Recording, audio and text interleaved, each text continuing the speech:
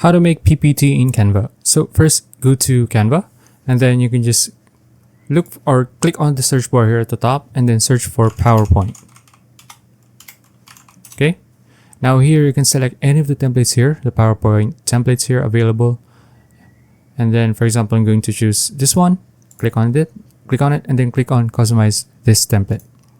Now here you can start editing this template here however you want to customize it to the kind of template or PowerPoint that you want to use for your presentation, right? You can change the elements here. You can change the text, the fonts. You can add a few more pages. You can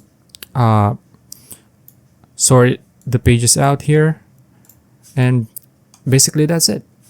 You can start editing any of the templates in Canva to start making your own PowerPoint. Okay, so that's it. If you found this video useful, please like and subscribe for videos like this. See you in the next one.